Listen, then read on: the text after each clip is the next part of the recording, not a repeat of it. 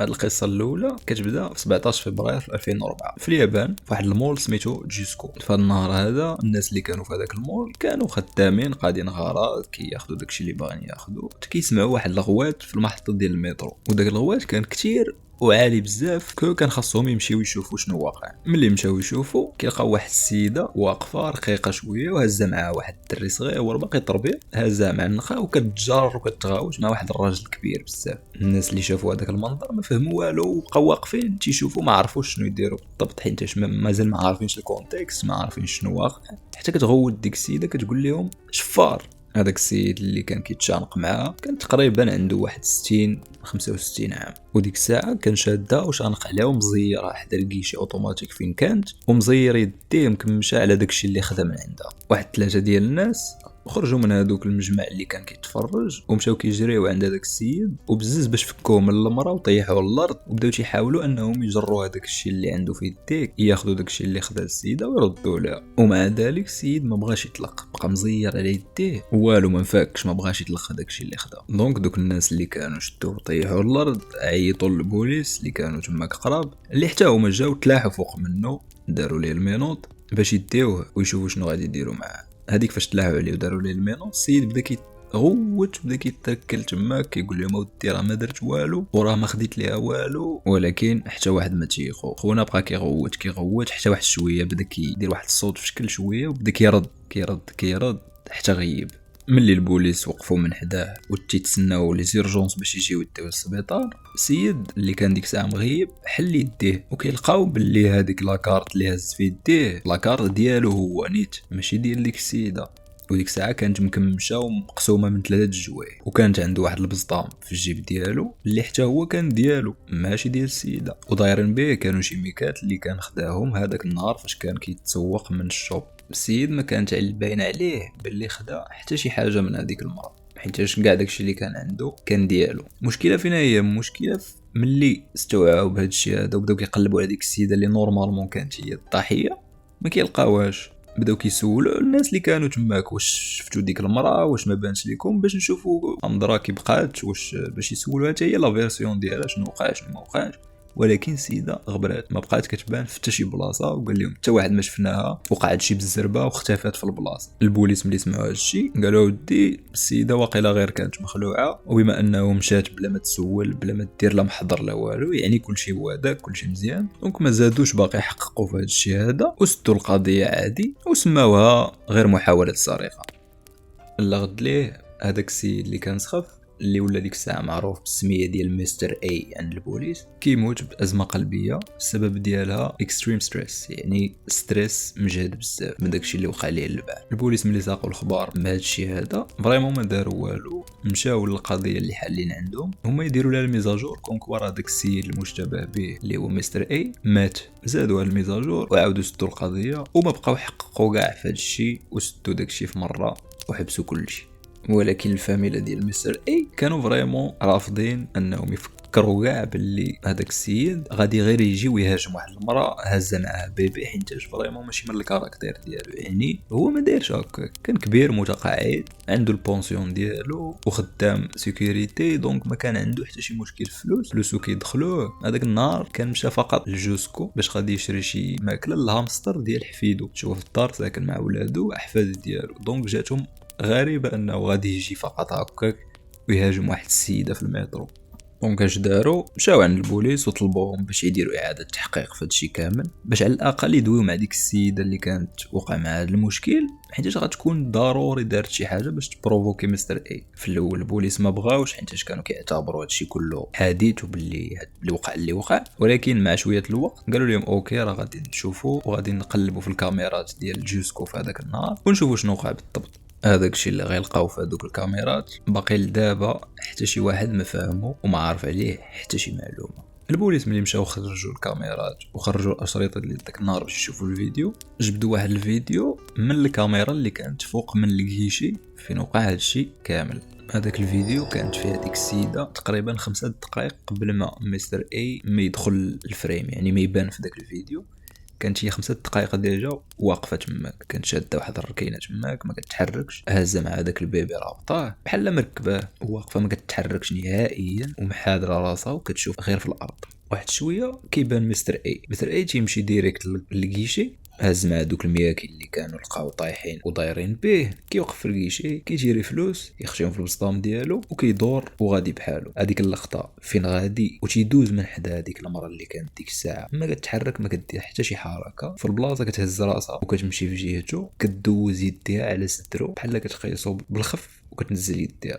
هذيك الحركه اللي دارت خلات مستر اي اوتوماتيكمون كيهز يديه وتيشدها من يديها هي غير كردة فعل طبيعيه ديال اي واحد. فاش هو دار ديك الحركه هكاك هي فين بدا مع هذاك الصداع، وهي فين بدات كتغوت وكيتغاوت هو وياه تماك، وهي فين جاو دوك الناس وفكوهم وطيحوه وجاو البوليس الى اخره. راكم عارفين شنو وقع. دابا التركيز ما بقاش على مستر اي، التركيز ولا على ديك المراه، حيت مورا ما شافوا هادشي عرفوا باللي ما كانتش هي الضحيه ولكن كان هي المعتدي، وباللي مستر اي هو اللي كان الضحيه ديال هادشي كامل. دونك بقاو متبعينها في وسط هاد الهيالاله كامله اللي وقعات. هذيك المره مورا ما جاو البوليس وداك التخربيق كامل ما دارت حتى شي حركه غير ناضت دخلت في وسط هذوك الناس اللي كانوا كيتفرجوا وبكل بساطه غبرات. البوليس قلبوا كاع الكاميرات اللي كانوا في هذاك المول من ا لزد، اي كاميرا قلبوها وليترلي ما لقاو حتى شي فيديو ديال هذيك المره، لا هي داخله لا هي خارجه من المول، ما لقاو عليها حتى شي اثار، بحال الا بانت وغبرات غير باش دير هذاك الصداع مع مستر اي. واللي زاد كفز الامور هو انه حتى واحد من دوك الشهود اللي كانوا تماك، كاع الناس اللي كانوا تماك وشافوها ما قدر يعطي شي وصف دقيق ليها هي ولا الفورما ولا الوجه ديالها، بحال الا حتى شي واحد ما شافها مزيان، بحال الا حتى شي واحد ما بانوا ليه الملامح ديال وجهها، فريمون بيزار. ولكن البوليس ما لاشاو وبقاو كيقلبوا في دوك لي كاميرا، قلبوا مئات السوايع ديال الفيديوهات ديال الكاميرات ديال جيسكو كاملين، حتى في واحد الفيديو المده ديال ثانيه واحده كتبان فيه ديك المراه وتيبان وجهها. ولكن المشكل كان هو انه ديك التصويره اللي طلعوا ديال هذيك المراه كانت غريبه بزاف وفريمون مزعجه بزاف واحد الدرجه كبيره انهم قرروا ما يعطيوهاش للبوبليك وتسناو عام كامل من مورا ديك الحادثه باش يخرجوها للبوبليك، حيت كانوا متاكدين باللي الناس الا شافوا هذيك التصويره ما عمرهم ما بقاو يرجعوا لجيسكو. هذه هي التصويره اللي لقاو البوليس في هذاك النهار، وكما كيبان لكم راه فريمون هذوك الملامح غريبين شويه. كاين اللي كان كيقول لهم هذا الوجه ماشي ديال شي واحد بشري، كل واش كيقول، كاين اللي كيقول داير بحال شي ماسك، المهم تيبان بلي الوجه ما في شي حاجه ما هياش. لا فامي ديال مستر اي ملي شافوا هاد التصويره وشافوا الفيديو ناضوا دعاو قسم ديال البوليس اللي كان تدخل هذاك النهار، حيتاش فريمون استعملوا عنف كبير ضد داك السيد اللي كان باين انه كبير وما عندوش زعما شي قدره انه يدافع على راسو، وفي الاخر هذيك التدخل ديالهم تسبب في الموت ديالو. اون فان كونت لقاو حل وسط، يعني داك القسم ديال البوليس خلص شي حاجه لا فامي ديال مستر اي، ولكن العائله ديالو كانت فريمون ما باغاش فلوس، ولكن كانوا باغيين يعرفوا شكون هي السيده هذه اللي تسببت في هذا المشكل. المشكله انه اليومنا هذا حتى واحد باقي فريمون ما عرفش شكون هي السيده، حيت حتى شي واحد ما قدر ايدونتيفيها، حتى واحد ما قدر يتعرف عليها، وما كاينه تصويرتها في حتى شي داتا بيس ديال التصاور ولا ديال الايدنتيفيكيشن. صافي تسدات القضيه ولات معروفه بدا فانتوم اوف جيسكو، يعني شبح جيسكو، وبقات جست اوربن ليجند، يعني اسطوره محليه في اليابان، ولكن ما عمرها ما تحلات وغالبا ما عمرها ما غادي تحل. شكون هي ولا اشنا هي مع هاد المراه هذه نخليكم تقولوا لي اش بان لكم في لي كومنتس.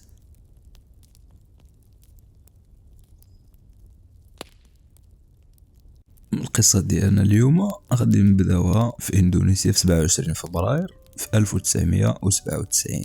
واحد المزارع اندونيسي كان سارح الغنم ديالو في واحد الحقل تماك حدا الدار ديالو. هذاك الحقل كان فيه قصب السكر طويل شويه وكثير، دونك ما كانش كيبان ليه فين غادي وفين كيتمشى، حتى اعترف واحد الكومه ديال التراب كانت غطيح. ما جا فين يرجع التوازن ديالو كيشوف في الارض، كيلقاو ديك الكومه ديال التراب غريبه في الشكل، بحال ماشي بلاصتها هذيك، بحال الا يلاه تصاوبات، بحال الا مدفونه تحت منها شي حاجه.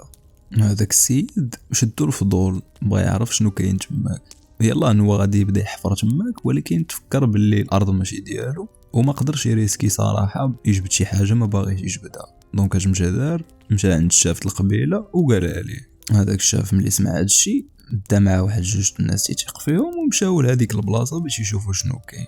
اول حاجه غيديروا غيهزوا واحد العصيه وغادي يدفنوها في هذيك الكومه ديال التراب باش يشوفوا واش عميقه شويه واش غير محفوره غير هكاك باش ياخذوا فكره مبدئيه. انفو دخلوا ديك العصيه دخلات كامله بحال هذيك الكومه ديال التراب كانت خفيفه وفيها داك التراب رطب شويه دونك دخلات كامله. ملي خرجوها داروا بحال الحفره تماك ويتخرج منها واحد الريحه خايبه بزاف فريمون ما قدوش كاع يستحملوها وكاملين بعدوا على ديك الحفره. ملي شموا ديك الريحه وخافوا شنو يقدروا يلقاو تماك حتى هما ما قدروش يحفروا يكملوا الحفار دونك مشاو عند البوليس باش يقولوا لهم شنو لقاو.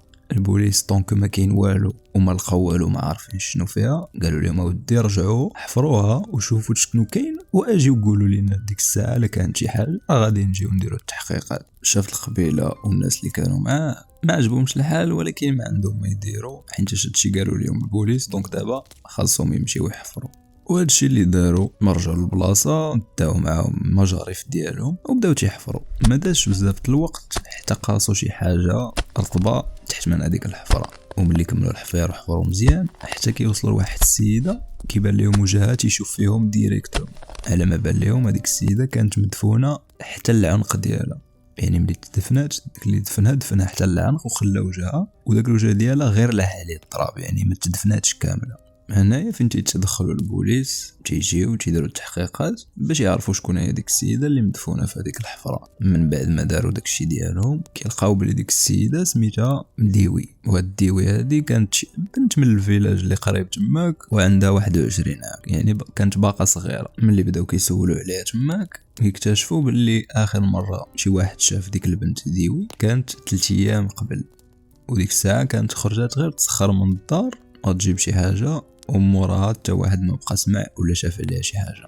في نفس النهار تقريبا شي سوايع من مورا ما لقاو الجثه ديالها واحد الولد عنده 15 عام تيسوق دوك العربات ديال الريكشو في اندونيسيا تيكونوا بحال البيكالات عندهم 3 الرويض تيركبوا بنادم اللور باش يوصلوه فين بغا. هذاك الولد مشى عند البوليس وقال لهم اودي راه شفت هاد البنت هادي 3 ايام قبل يعني في اخر نهار تشافت فيه. قال لهم باللي كانت جات عندي وقالت لي اودي واش تقدر توصلني لواحد البلاصه بديك الريكشو ديالو. خونا قال لها ماشي مشكل نوصلك معايا. فين شدوا الفضول هي فين ما بغاتش تقول ليه بالضبط فين باغا تمشي. قالت ليه غير غادي نقول لك الاتجاه فين تمشي وملي توصل غادي نبقى نقول لك الاتجاهات المختلفين حتى نوصلوا للبلاصه فين غادي. قال لها ماشي مشكل ودا هو غادي وياه. خونا بدا كيشدو الفضول كيزيد يشدو حتى الدار عندها سوله. قال لها واش تقدري على الاقل تقولي لي باش نعرف فين غادي زعما ما نبقاش غادي غير هكا في الظلام على الخاوي. ما بغاتش في الاول ولكن مورا خونا ما زير عليها شويه قالت لي اوكي غير ما تقولها حتى شي واحد. كانت باغا يديها للشامان ديال القبيله اللي هو ساحر ديال القبيله تيكون معروف في التداوي وداك التخربيق ولكن هو تيكون غير سحار. هذاك الدري جاتو شويه غريبه انه البنت باقي يلاه عندها 21 عام وغادي عند الشامان ديال القبيله مع